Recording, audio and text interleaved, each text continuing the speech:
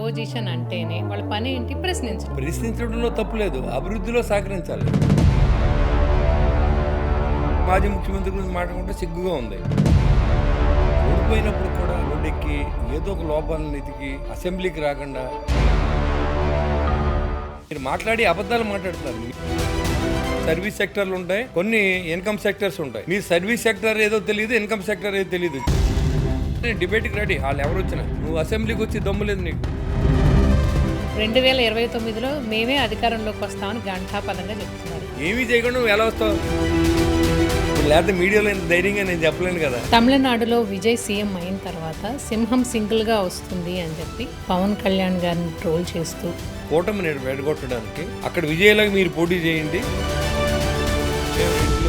మీరు రెడ్లతోనే మాకు ఓట్లు వేస్తారని వెళ్ళమనండి. వాళ్ళని మొఖం మీద ఉమ్మూసి చెప్పుతో కొడతారు ఓటు అడిగితే. నేను ఇప్పుడు ఛాలెంజ్ చేస్తాను, మీరు వెళ్ళి ఎవరినైనా ఒకళ్ళు అడిగి ఇగో రికార్డ్ చేసి ఇగో శ్రీనివాస్ గారు రిజైన్ చేయండి అంటే నేను రెడీగా ఉన్నాను.